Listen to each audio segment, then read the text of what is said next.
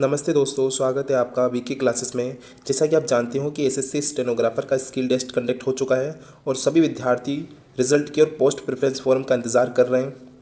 तो आज हम आपको बताने वाले हैं कि आपको अपने पोस्ट प्रेफरेंस फॉर्म में कौन कौन से डिपार्टमेंट को चूज़ करना चाहिए ताकि आपको बेटर बेनिफिट मिल सके फ्यूचर में।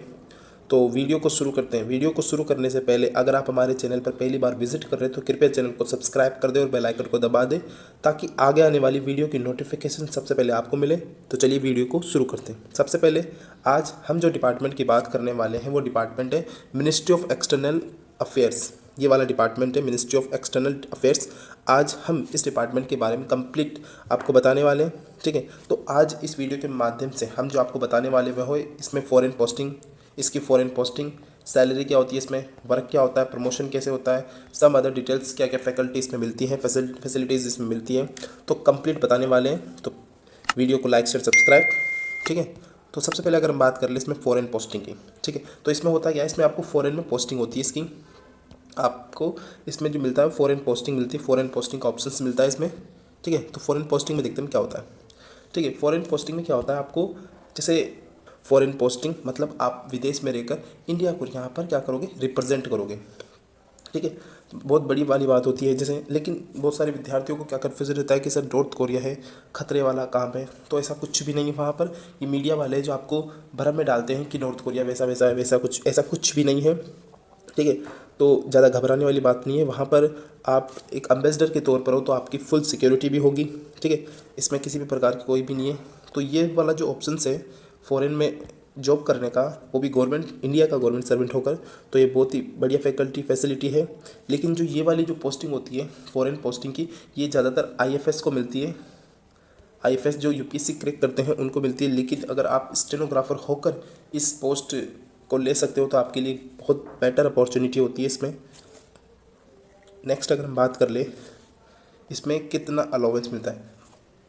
अगर आपको फ़ॉरेन में अपॉइंट किया जाता है, ठीक है, फ़ॉरेन में आपकी पोस्टिंग होती है, तो आपको अराउंड 1800 से 2900 के अराउंड डॉलर में, ठीक है, रुपीज़ में नहीं है, डॉलर में आपको क्या मिलता है, फॉरेन अलावेंस मिलता है। ठीक है, सैलरी के अलावा आपको ये मिलता है और जो कि क्या रहता है, एक प्रकार से कम्प्लीटली टैक्स फ्री होता है। इसमें किसी भी प्रकार का कोई टैक्स नहीं लगता है। ये आपको अलावेंस मिलता है आपकी सैलरी के अलावा। ठीक है, और आफ्टर 2 ईयर सर्विस एलिजिबल, मतलब आप 2 साल के बाद में, जैसे आपने यहाँ पर पोस्टिंग ले ली, उसके बाद में आप 2 साल के बाद में फ़ॉरेन पोस्टिंग के लिए एलिजिबल हो जाते हो। ठीक है, ये होता है फ़ॉरेन पोस्टिंग के अंदर। ठीक है, you can even get home posting in RPO. ठीक है, मतलब अगर आप चाहते हो आसपास में होम पोस्टिंग लेना, अपने स्टेट के आसपास में या फिर अपने स्टेट में पोस्टिंग लेना, तो आप आरपीओ जो रीजनल पोस्ट ऑफिस होता है, रीजनल पासपोर्ट ऑफिस होता है, उसमें आप अपनी पोस्टिंग ले सकते हो। लेकिन ये थोड़ा इम्पॉसिबल टाइप होता है, लेकिन चांस होते हैं इसमें। अगर आपकी अच्छी जान पहचान है तो आप ये पोस्टिंग ले सकते हो। ठीक है, ये तो रहेगी फ़ॉरेन पोस्टिंग के बारे में। अगर हम बात कर ले फ़ॉरेन पोस्टिंग में, अगर आप अदर कंट्री में पोस्ट करते हो, मतलब आप पोस्टिंग होती है आपकी अदर कंट्री में, तो वहाँ पर कुछ बिल्डअप सिटीज़ भी है, कुछ डिस्ट्रिक्ट सिटीज़ भी है, कुछ बढ़िया सिटीज़ और कुछ घटिया सिटीज़ भी है। तो उनके बारे में देखते हैं। कुछ चुनिंदा सिटीज़ है जिनमें ए प्लस सिटी होती है, कुछ बी होती है, कुछ सी और कुछ हार्ड सी सिटीज़ होती है। ठीक है, ए प्लस में जैसे न्यूयॉर्क एक बिल्डअप सिटी होती है, डेवलपमेंट सिटी होती है, डेवलप्ड सिटी होती है। तो यहाँ पर आपको क्या है, आपको अच्छी खासी सैलरी मिलती है, घूमने का भी मौका मिलता है। अब लेकिन जैसे हार्ड सी सिटीज़ है, ठीक है, उसमें क्या थोड़ा खतरा ज़्यादा रहता है, तो आपको अलावेंस भी उसके हिसाब से मिलता है। ठीक है, जैसे काबुल में आपको खतरा होता है, लेकिन इतना भी खतरा नहीं होता। आप एक एम्बेसडर के तौर पे वहाँ पर रहते हो, वहाँ पर काम करते हो, तो आपकी फुल्ली सिक्योरिटी होती है। वहाँ पर किसी भी प्रकार का आपको कोई भी डिस्टर्बेंस नहीं होता है। ठीक है, ये कुछ सिटीज़ है जहाँ पर आपकी क्या होती है, पोस्टिंग होती है। अब बात कर ले सैलरी की। जो ग्रेड डी वाले जो होते हैं, ठीक है, उनको लेवल 4 की सैलरी मिलती है, 40,000 उनकी ग्रोस सैलरी होती है। अप्रॉक्स 34 से 36,000 के अराउंड उनकी क्या मिलती है, सैलरी मिलती है। इसमें दो घटत, मतलब कुछ बढ़त या घटत हो सकता है, हम एवरेज बताते हैं आपको। और अलावेंस भी इसमें बढ़ता है क्योंकि हर साल अलावेंस बढ़ता है, तो अराउंड हम बताते हैं, मिनिमम समझ के चलिए आप 34 से 36 के आसपास आपको, 34,000 से 36,000 के आसपास आपको क्या मिलती है, इसमें सैलरी मिलती है। ये है अपने होम डिपार्टमेंट में लेने के बाद। अगर आपकी फ़ॉरेन डिपार्टमेंट में, मतलब फ़ॉरेन कंट्री में आपकी क्या होता है, ज्वाइनिंग होता है, तो आपको इसके अलावा फ़ॉरेन अलाउंस भी मिलता है। ठीक है, ओके, ये होता है ग्रेड डी के लिए। अब ग्रेड सी की बात कर ले तो उसको पे लेवल 7 मिलता है, 7वें लेवल का पे मिलता है, जो आपकी 67,000 के करीब आपकी क्या रहती है, ग्रोस सैलरी रहती है, जिसमें अप्रॉक्स आपको इन हैंड 58 से 60,000 के आसपास आपको सैलरी मिलती है, जो कि एक CGL लेवल की क्या होती है, सैलरी लेवल होती है। ठीक है, CGL को भी आई थिंक मुश्किल ही मिले, लेकिन यहाँ पर आपको सिर्फ और सिर्फ स्टेनो में प्री पास करके और एक स्किल टेस्ट पास करके आपको ये सैलरी मिलती है। मानते हैं कि सैलरी जो यहाँ मिलती है वो मेहनत की मिलती है। स्टेनोग्राफर में स्किल टेस्ट यूँ ही कंडक्ट नहीं हुआ करता। ठीक है, नेक्स्ट अगर हम बात कर लें इसके प्रमोशन की। ठीक है, तो सबसे पहले अगर हम बात कर लें, जो ग्रेड डी होता है स्टेनोग्राफर में, ग्रेड डी होता है, उसको 5 से 7 साल वेट कर वो स्टेनोग्राफर ग्रेड सी बन सकता है। ठीक है, जरूरी नहीं है कि आप 5 से 7 साल वेट किया और आप स्टेनोग्राफर ग्रेड सी बन जाते हो, ऐसा नहीं होता। ये डिपेंड करता है वैकेंसीज़ पर। ठीक है, वैकेंसीज़ पर डिपेंड करता है कि वैकेंसी आ रही है तो आप पोस्टिंग ले सकते हो, मतलब आपका प्रमोशन हो सकता है। अगर वैकेंसीज नहीं आ रही है तो आप कैसे लोगे, आपकी जूनियर ही नहीं आए तो आप सीनियर पोस्ट पे कैसे जाओगे। ठीक है, तो ये होता है। लेकिन 5 से 7 साल बाद में आपका क्या हो जाता है, एग्ज़ाम कंडक्ट, आपका डिपार्टमेंटल एग्ज़ाम होता है, उसके बाद में आप क्या हो जाते हैं, आपका उसमें प्रमोशन हो जाता है ग्रेड सी के लिए। लेकिन जो ग्रेड सी में जिनका सिलेक्शन हुआ है वो 8 से 10 साल बाद, 8 से 10 साल के बाद प्राइवेट सेक्रेटरी PS बन जाते हैं।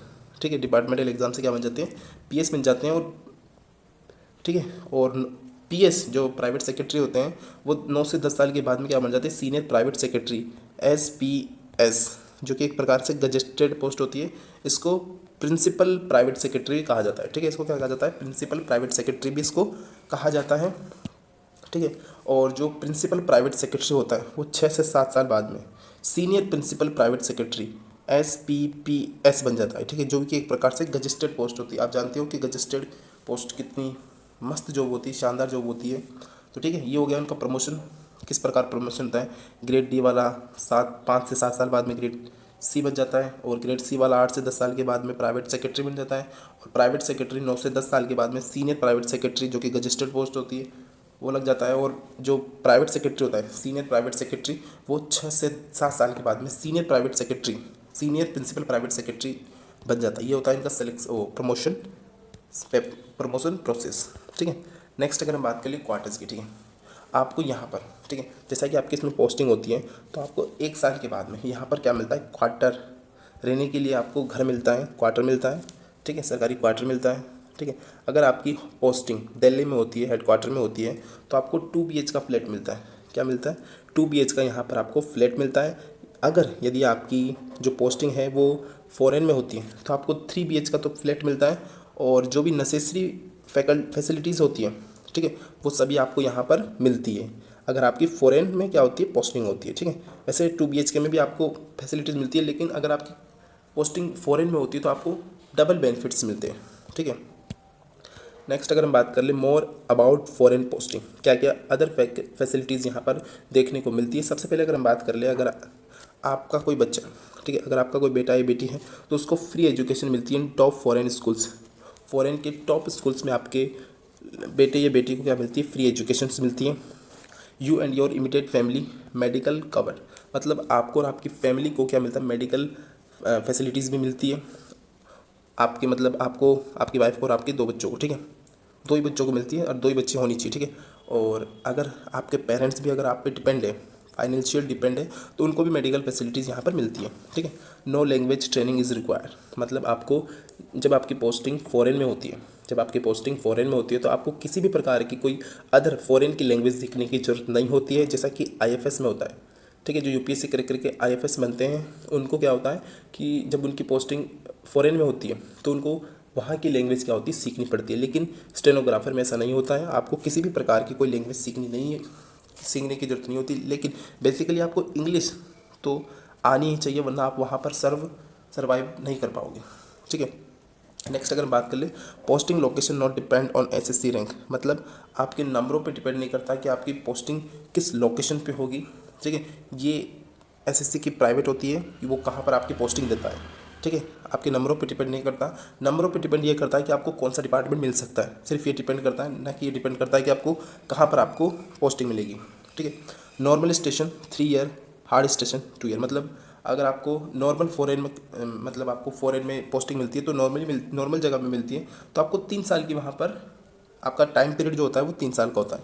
लेकिन आपको हार्ड, जैसे हार्ड कंट्रीज़ में आपको मिल गई, मतलब डिफिकल्ट कंट्रीज़ में आपको क्या मिल गई, पोस्टिंग मिल गई, तो वहाँ पर आपको सिर्फ और सिर्फ 2 साल का क्या होगा, आपका पोस्टिंग टाइम होगा। ठीक है। Some station are no family, ठीक है, मतलब ये है कि अगर आपका कुछ कुछ जगह ऐसी होती है जहाँ पर आप अपनी फैमिली को नहीं ले जा सकते। ठीक है। Some station are no family stations, मतलब कुछ जगह ऐसी भी होती है जहाँ पर, जैसे हार्ड सिटीज़ हो गई, हार्ड सिटी सी हो गई, तो वहाँ पर आप क्या है, अपनी फैमिली को नहीं ले जा सकते, सिर्फ और सिर्फ वहाँ आपको ही जाना होता है। लेकिन ऐसा नहीं है कि आपको फैमिली को अलग से कहीं पर रेंट देकर रहने की जरूरत है। आपका जो हेड, जो आपको क्वार्टर अलाउ किया है दिल्ली में, वहाँ पर आपकी फैमिली रह सकती है। ठीक है। किसी प्रकार का कोई किराया देने की आपकी फैमिली को जरूरत नहीं, वहाँ आपकी फैमिली इजीली रह सकती है। Quarter in engineering and medical for kids, मतलब अगर आपके जो किड्स हैं, अगर वो इंजीनियरिंग की और मेडिकल की तैयारी कर रहे हैं तो उनको अलग से क्वार्टर दिया जाता है, ताकि वो बढ़िया पढ़ाई कर सके और अपने फ्यूचर का निर्माण कर सके। ठीक है। तो ये तो रह गई इसकी मिनिस्ट्री ऑफ एक्सटर्नल अफेयर की कंप्लीट डिटेल। ठीक है। अगर आप इस डिपार्टमेंट में जाना चाहते हो तो इसमें अराउंड आपको जो सैलरी मिलेगी ना, वो काफ़ी ऊंची लेवल की सैलरी आपको यहाँ पर देखने को मिलेगी। तो अगर आप चाहते हो, अगर आपके नंबर्स अच्छे हैं अपने उसमें, तो आप इस डिपार्टमेंट को क्या कर सकते हो, चूज़ कर सकते हो। इसकी प्रीवियस ईयर की कट ऑफ अगर आपको चाहिए तो मैं आपको अवेलेबल करा दूंगा। आप मुझे कमेंट कर देना, वीडियो कैसा लगा कमेंट करके ज़रूर बताना। मिलते हैं अगली वीडियो में। जय हिंद, जय भारत।